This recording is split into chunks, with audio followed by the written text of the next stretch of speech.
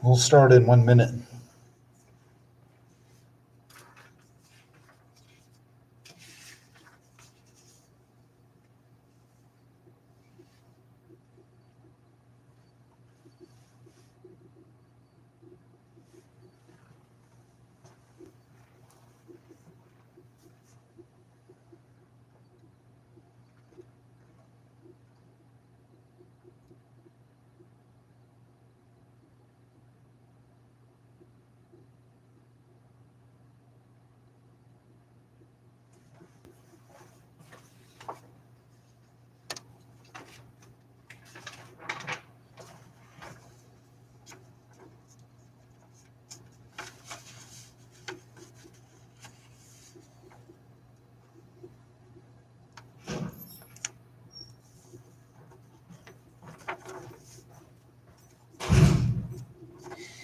Okay, today we'll be in Chapter 8, Section 5.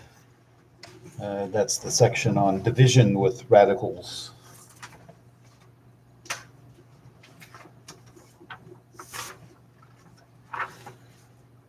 So we begin here with the quotient property of radicals. We've seen this before. Let n be a positive integer. If the nth root of a and the nth root of b are real numbers, and b does not equal 0, then the nth root of a divided by the nth root of b is equal to the nth root of a divided by b. So in section 8.2, this quotient property of radicals was discussed, but in those examples, the radical in the denominator was easy to simplify. So we'll start with an example like the ones that we saw in section 8.2. Simplify the radical expression. We have the square root of 18x to the fifth divided by 49y to the fourth. We can write this as the square root of 18x to the fifth divided by the square root of 49y to the fourth. As you can see, the denominator simplifies easily because 49 is a perfect square and so is y to the fourth. So in the denominator, the square root of 49y to the fourth is 7y to the second. And in the numerator, we have a little bit more work to do. The largest factor of 18 that's a perfect square is 9. The largest factor of x to the fifth that's a perfect square is x to the fourth. So we rewrite this as the square root of 9x to the fourth times the square root of 2x. And we simplify the square root of 9x to the fourth to 3x to the second.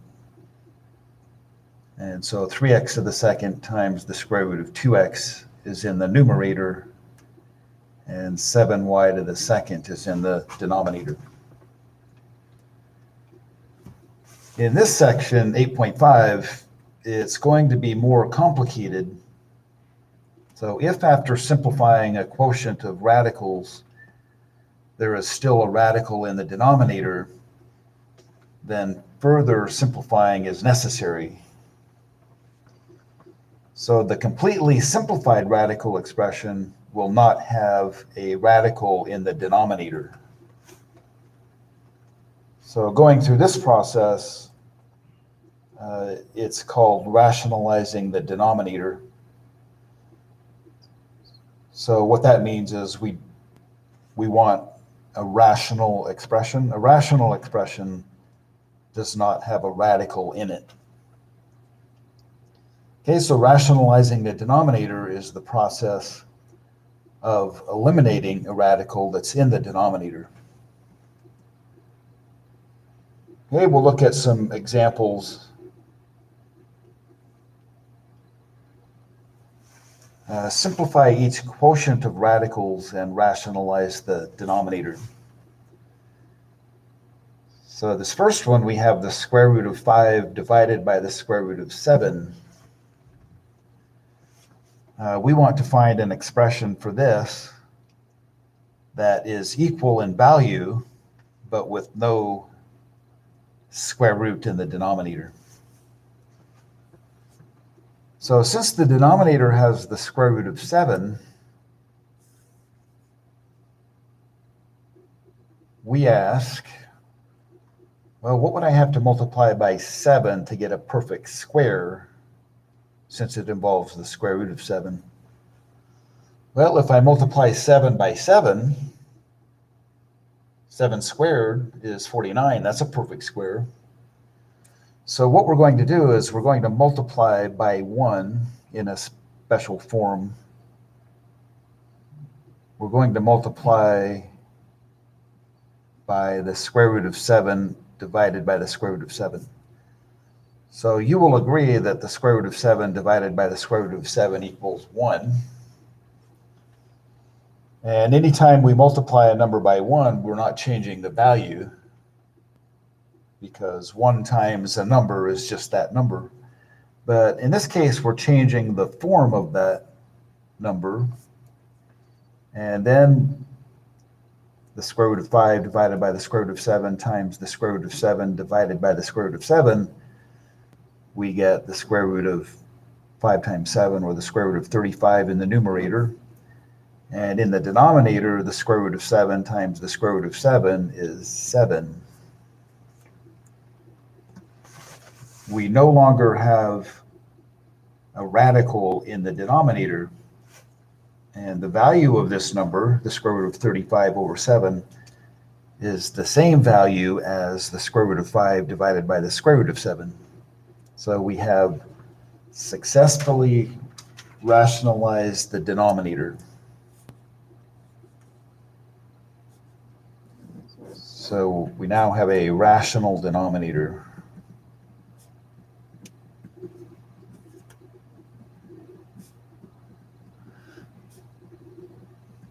Okay, another way to describe rationalizing the denominator is that we converted the denominator to a rational number.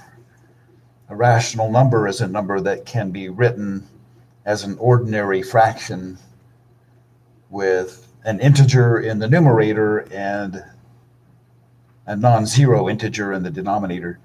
So 7 is a rational number because it can be expressed as 7 over 1. The square root of 7 that we started with in the denominator, the square root of 7 is not a rational number. Okay, the next example, this one involves the cubed root of 5 divided by the cubed root of 7. So at the moment, we have an irrational number in the denominator. We want to end up with an expression that is equal in value to that expression, but with a rational number in the denominator. Okay, so since the denominator has the cubed root of 7, the question we ask this time is, what would I have to multiply by 7 in order to get a perfect cube, or a perfect third power? Well, we know that 7 to the third power is a perfect third power. So what would I have to multiply by 7 to get 7 to the third? I'd have to multiply by 7 to the second, because 7 to the second times 7 to the first is 7 to the third. Okay, so another way to answer that question, if I multiply 7 by 49, I get a perfect cube. Okay, so we're going to multiply by 1 in a special form. We're going to multiply by the cubed root of 49 divided by the cubed root of 49. We're just multiplying by 1. So we're not changing the value of the number. In the numerator, we get the cubed root of 5 times 49, which is the cubed root of 245. In the denominator, the cubed root of 7 times the cubed root of 49 is the cubed root of 343. But we know that 343 is 7 to the third. So the cubed root of 7 to the third simplifies to 7. So our simplified answer is the cubed root of 245 divided by 7. Now we have a rational number in the denominator. These first two examples give you an idea of what to do in general when rationalizing denominators. Okay, the next one, this time we have 4 divided by the third root of 25, or 4 divided by the cubed root of 25. So the cubed root of 25 is irrational. It's not a rational number. And we want to end up with a number that's equal to this, but with a rational number in the denominator. Yeah, so in the denominator, we have the cubed root of 25. So the question is, what would I have to multiply by 25 to get a perfect cube? Yeah, if I multiply 25 times 5, I get 125, and that's a perfect cube. Another way to look at it is in the denominator, we have the cubed root of 5 to the second, because 5 to the second is 25. And 5 to the second times 5 is 5 to the third, and 5 to the third is a perfect cube. So we're going to multiply by 1 in the form the cubed root of 5 divided by the cubed root of 5. We're just multiplying by 1. And in the numerator, we get 4 times the cubed root of 5. In the denominator, we get the cubed root of 125.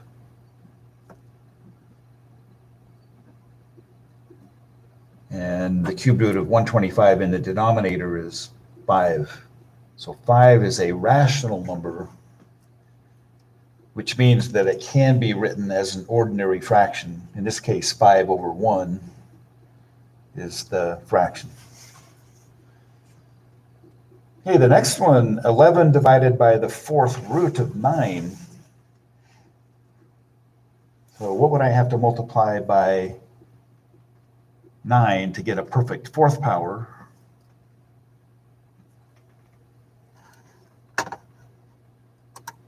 So I'll let somebody answer that one.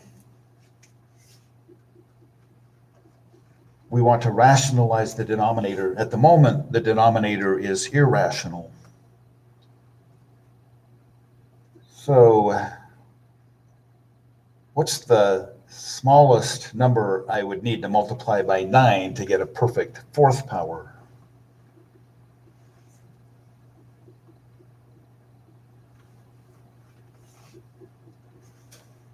Notice that 9 is 3 to the second power.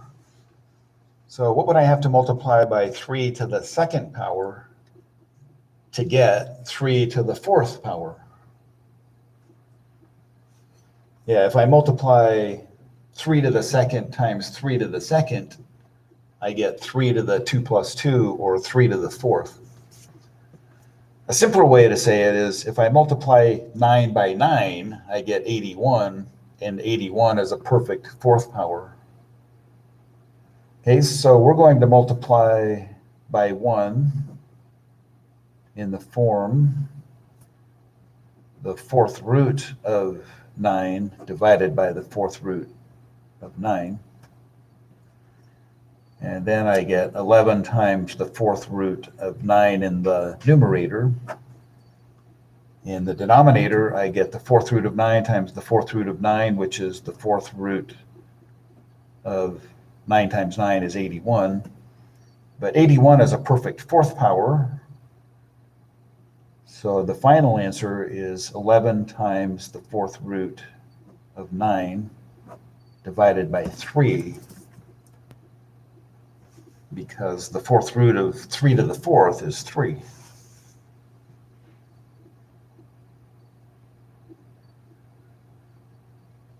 Okay, we'll start including variable parts. In this next example, simplify the square root of 7 over 20x.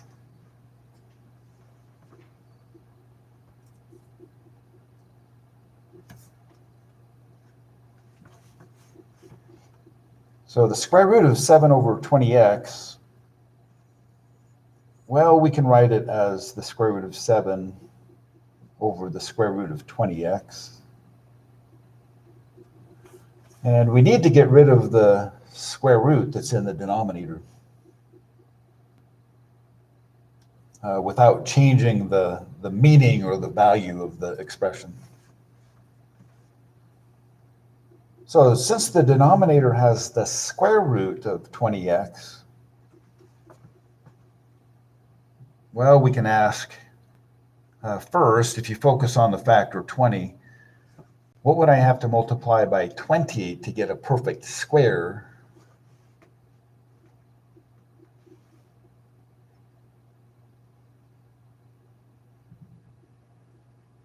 I know that 100 is a perfect square, and 5 times 20 is 100. Well, you know, the answer, there are infinitely many answers to that question, but we want to find the most efficient answer. So another way to say it that way is, what's the smallest number that I can multiply by 20 to get a perfect square? The answer is 5. 5 times 20 is 100, and 100 is a perfect square. Okay, but then we also have a variable factor x. What would I have to multiply by x to get a perfect square? X, because x squared is a perfect square. Okay, so we'll multiply by 1 in the form square root of 5x divided by the square root of 5x.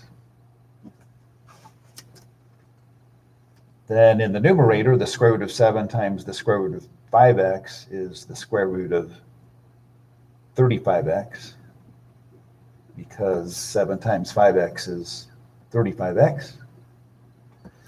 And in the denominator, the square root of 20x times the square root of 5x is the square root of 100 x squared, because 20 times 5 is 100 and x times x is x squared. And then the final answer has a rational denominator. The numerator is the square root of 35x. And in the denominator, the square root of 100 is 10, and the square root of x squared is x. So there is our simplified answer.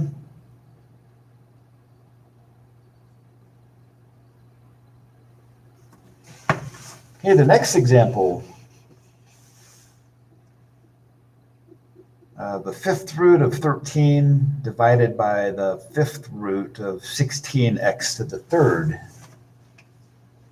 The denominator has the fifth root of 16x to the third.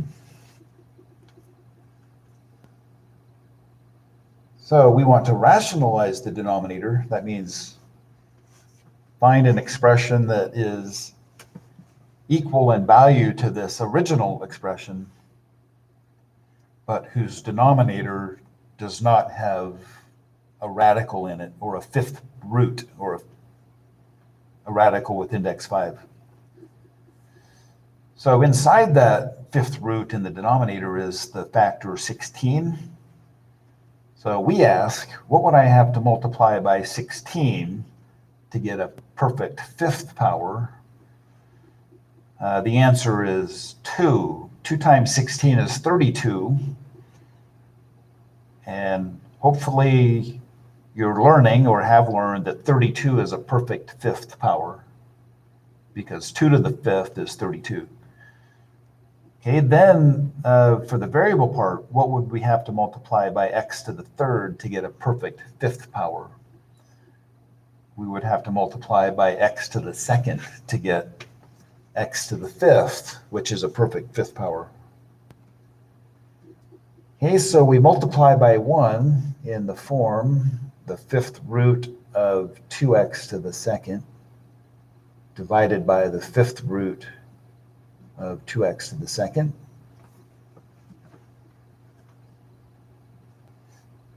Okay, then in the numerator, the 5th root of 13 times the 5th root of 2x to the 2nd is the 5th root of 13 times 2 times x to the 2nd, which is 26x to the 2nd. In the denominator, the 5th root of 16x to the 3rd times the 5th root of 2x to the 2nd is the 5th root of 32x to the 5th. And then our next step, the numerator is the 5th root of 26x to the 2nd. And in the denominator, the 5th root of 32 is 2. The 5th root of x to the 5th is x. So now we have a denominator that doesn't have a radical in it. We've rationalized the denominator.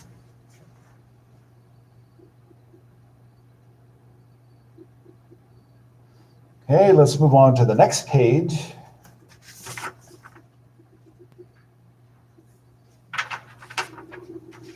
So simplify these. So these are a little more involved. So in the numerator, the cubed root of 125, well, that can be simplified because 125 is a perfect cube. And in the denominator, the cubed root of 16y, that can also be simplified because the largest factor of 16 that's a perfect cube is 8. So one strategy is just to simplify as much as possible, and then if there's still a radical in the denominator, we'll rationalize the denominator after that. Okay, the numerator simplifies to 5 because the cube root of 125 is 5. And in the denominator, the cube root of 16y, as I mentioned, the largest factor of 16 that's a perfect cube is 8. So we can rewrite the denominator as the cube root of 8 times the cube root of 2y. So let's go ahead and simplify the cube root of 8, which is 2. And so the denominator is 2 times the cube root of 2y. There's more work to do because in the end, we don't want a square root or a cubed root in the denominator. So we go back to answering that question, asking and answering that question. Since we have the cubed root of 2y in the denominator, we ask, well, what would I have to multiply by 2 to get a perfect cube? 4. 2 times 4 is 8, and 8 is a perfect cube. Then what would I have to multiply by y to get a perfect cube? Y to the 2nd. Okay, so we're going to multiply by 1 in the form the cubed root of 4y to the 2nd over the cubed root of 4y to the 2nd.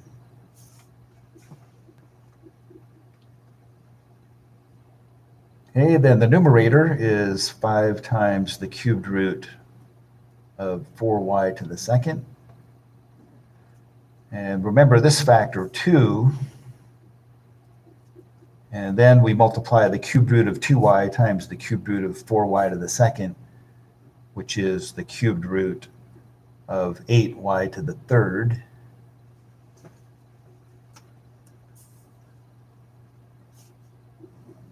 So the numerator is done. The numerator is 5 times the cubed root of 4y to the second. And in the denominator, we have this factor of 2. Then the cubed root of 8 is 2, and the cubed root of y to the third is y. And so finally, our simplified expression is 5 times the cubed root of 4y to the second divided by 4y. So we no longer have a rational or a radical in the denominator. We've rationalized the denominator.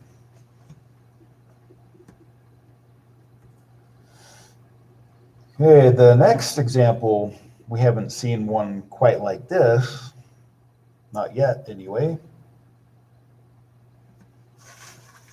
So we have 3 divided by 5 minus the square root of 3.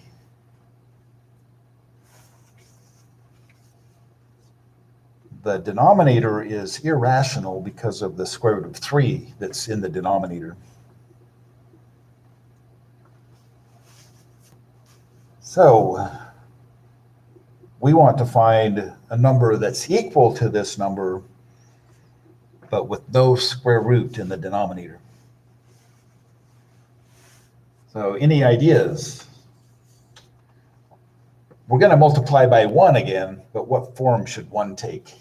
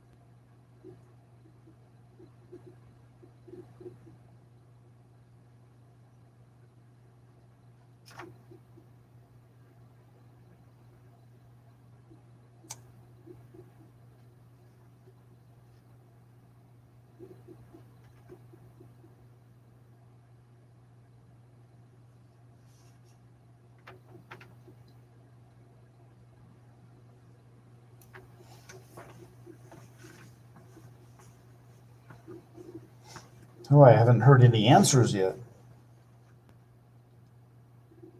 Or seen them. I mean.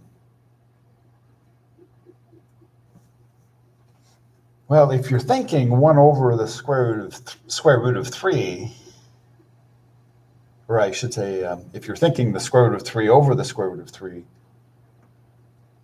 well, that will get rid of one of the radicals, but it will, when you multiply 5 times the square root of 3, you'll still have the square root of 3 in the denominator. So multiplying by the square root of 3 over the square root of 3 is not going to work. Okay, so I'll tell you. We're going to multiply by 1. Let me just rewrite this so that it's a little bigger. We're starting out with 3 divided by 5 minus the square root of 3. And we're going to multiply that by 1 in the form 5 plus the square root of 3 divided by 5 plus the square root of 3.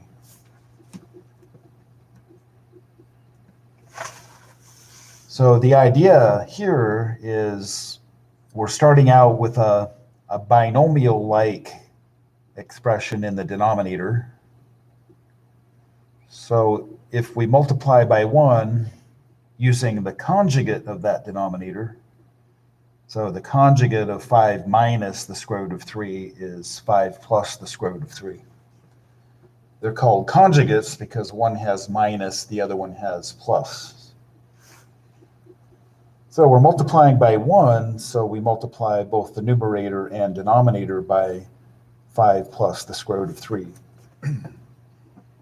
So in the numerator, we distribute multiplication by 3. 3 times the quantity 5 plus the square root of 3 is 15 plus 3 times the square root of 3. In the denominator, we saw how to multiply these yesterday. 5 times 5 is 25. And then plus 5 times the square root of 3. Then minus the square root of 3 times 5 is minus 5 times the square root of 3. And then minus the square root of 3 times the square root of 3, which is the square root of 9. The numerator, 15 plus 3 times the square root of 3. In the denominator, we have 25. Notice the two middle terms here add up to 0, plus 5 times the square root of 3 minus 5 times the square root of 3 is 0, and then we subtract the square root of 9, which is 3. We subtract 3. So our final answer, 15 plus 3 times the square root of 3 divided by 22. So this number has the same value as the one that we started with, but we have a rational number in the denominator. So we've successfully rationalized the denominator. Okay, the next example is of the same sort. This time we have 29 divided by 8 plus the square root of 7. So we're going to multiply by 1 this time in the form 8 minus the square root of 7 divided by 8 minus the square root of 7. So 8 minus the square root of 7 is the conjugate of 8 plus the square root of 7. Okay, then we multiply. Let's see, 8 times 29 is 232 minus 29 times the square root of 7. In the denominator, 8 times 8 is 64. And then we subtract 8 times the square root of 7.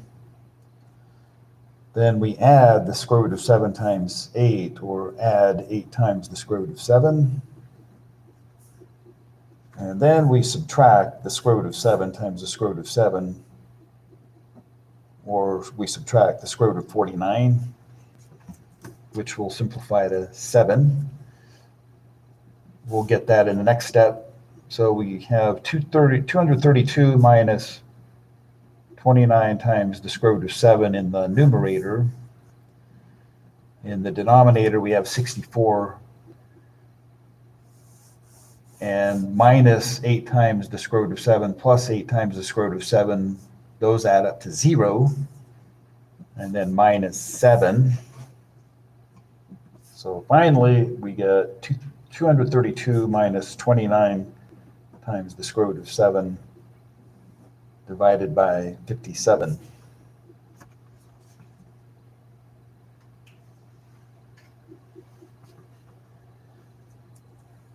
Okay, the next one, 2 divided by the square root of 5 minus the square root of 5. Okay, we'll multiply by 1.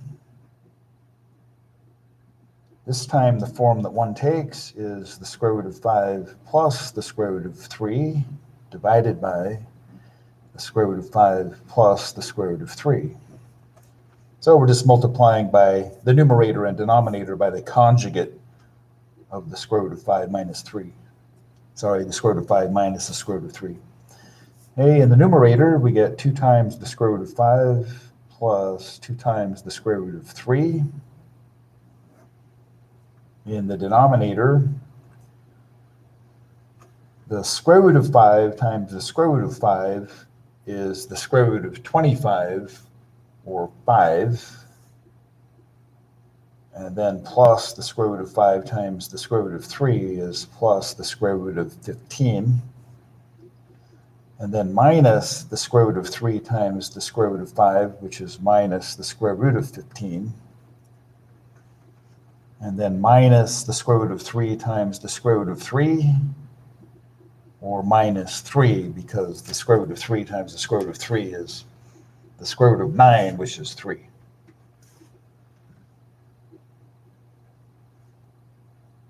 Okay, in the next step, the numerator is the square root of 2 times the square root of 5 plus 2 times the square root of 3.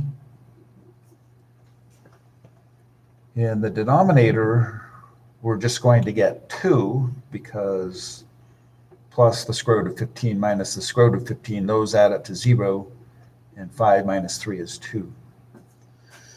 We can simplify further because every term in the numerator has a factor of 2. So if we factor 2 out of those terms in the numerator, we get 2 times the quantity square root of 5 plus the square root of 3. And then divided by 2. 2 divided by 2 is 1. So our final answer is the square root of 5 plus the square root of 3.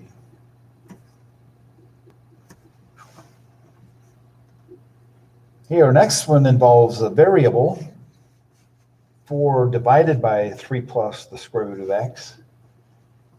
But we're going to follow the same strategy. We're going to multiply by 1 in the form 3 minus the square root of x divided by 3 minus the square root of x. So we're just multiplying the numerator and denominator by the conjugate of 3 plus the square root of x. Okay, so 4 times the quantity 3 minus the square root of x is 12 minus 4 times the square root of x.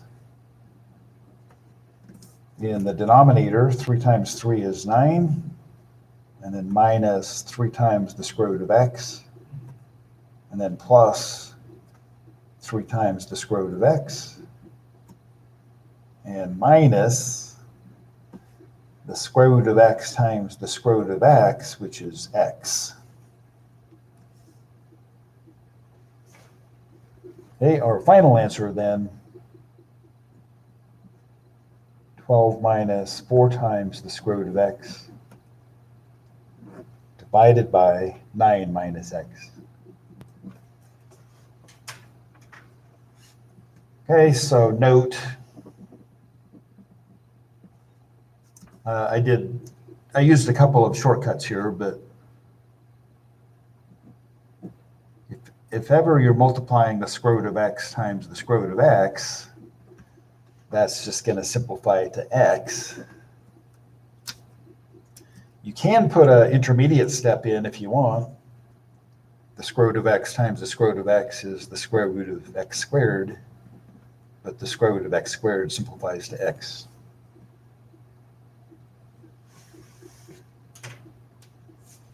Okay, the next page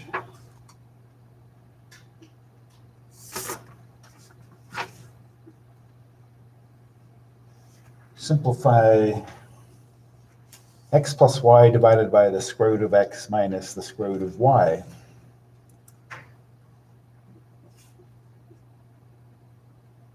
So we're going to multiply by 1 in the form square root of x plus the square root of y divided by the square root of x plus the square root of y.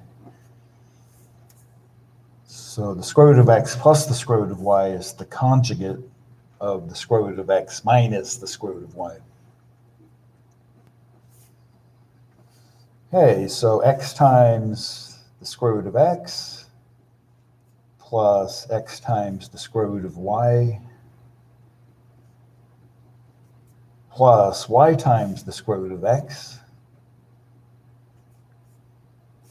plus y times the square root of y. In the denominator, the square root of x times the square root of x is just x, and then plus the square root of x times the square root of y is the square root of x times y. Then we subtract the square root of y times the square root of x, which is the same as subtracting the square root of x times y. Then we subtract the square root of y times the square root of y, or minus y.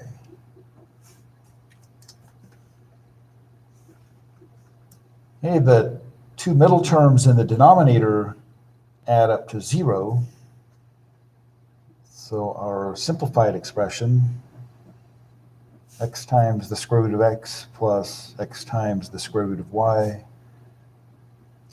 plus y times the square root of x plus y times the square root of y, all divided by x minus y. Okay, the numerator cannot be simplified any further than it is.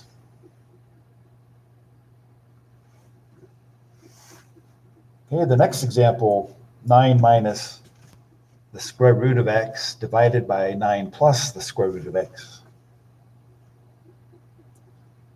So remember what we're doing, we're rationalizing denominators. At the moment, we have a radical or an irrational expression, the square root of x, in the denominator.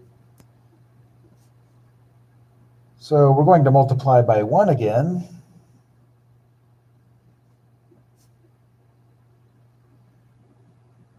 The form that 1 takes involves the conjugate of the denominator. So the conjugate of 9 plus the square root of x is 9 minus the square root of x. So we multiply the numerator and denominator by 9 minus the square root of x. And then we do the algebra and arithmetic. So 9 times 9 is 81, and then minus 9 times the square root of x, then minus 9 times the square root of x again, and then negative square root of x times negative square root of x is positive x. In the denominator, 9 times 9 is 81, and then minus 9 times the square root of x, followed by plus 9 times the square root of x, and the square root of x times negative square root of x is minus x. Okay, we can simplify the two middle terms in the numerator. Those give us a total of minus 18 times the square root of x in the middle, but we also have 81. So 81 minus 18 times the square root of x plus x. And in the denominator, we just have 81 minus x.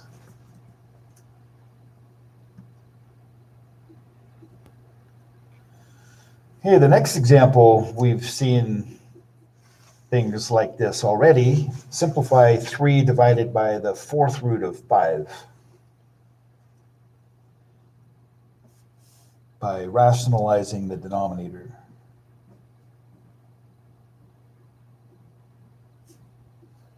So we ask, what would I multiply by 5 to get a perfect 4th power? Well, 5 is 5 to the 1st. What would I have to multiply by 5 to the 1st to get 5 to the 4th? Because 5 to the 4th is a perfect 4th power. So if I multiply 5 to the 1st times 5 to the 3rd, I get 5 to the 1 plus 3, or 5 to the 4th. Okay, so 5 to the 3rd is 125. So we multiply the numerator and denominator by the 4th root of 125.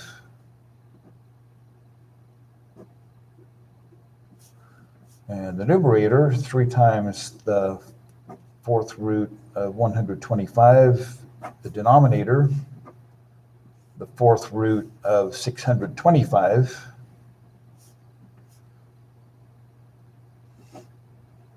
So the denominator, the 4th root of 625, simplifies to 5.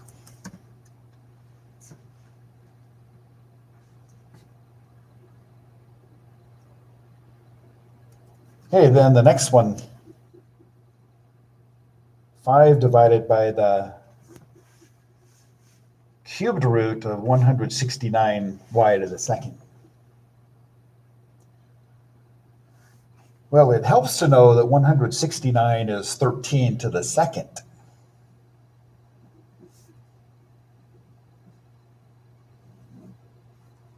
So I'll replace 169 with 13 to the second.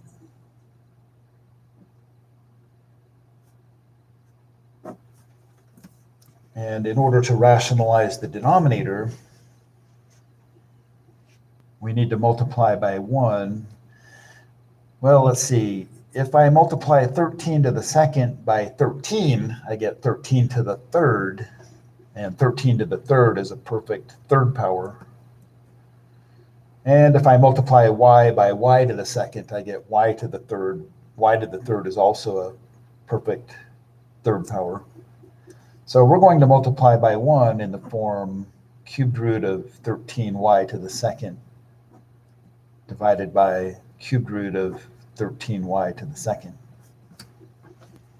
So in the numerator, 5 times the cubed root of 13y to the second. So an intermediate step for the denominator, I have the cubed root of 13 to the second times 13, which is 13 to the third. And then y times y to the second is y to the third. And the denominator will simplify to a rational expression. So our final answer, 5 times the cubed root of 13y to the second.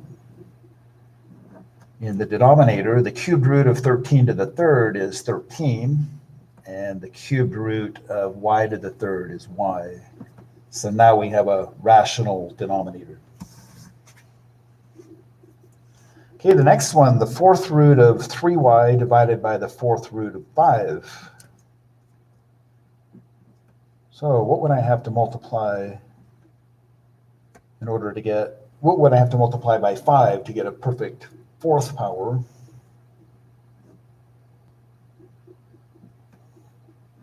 Well, 5 is 5 to the first, so if I multiply 5 to the first by 5 to the third, I get 5 to the fourth. 5 to the fourth is a perfect fourth power. So multiply the numerator by the fourth root of 5 to the third, which is just 125.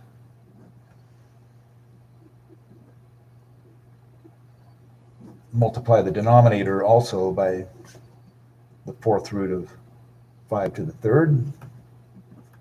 So our final answer,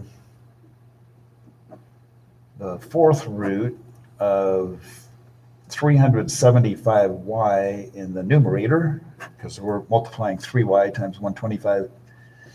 And in the denominator, the fourth root of 5 times the fourth root of 5 to the third is the fourth root of 5 to the fourth, which is 5.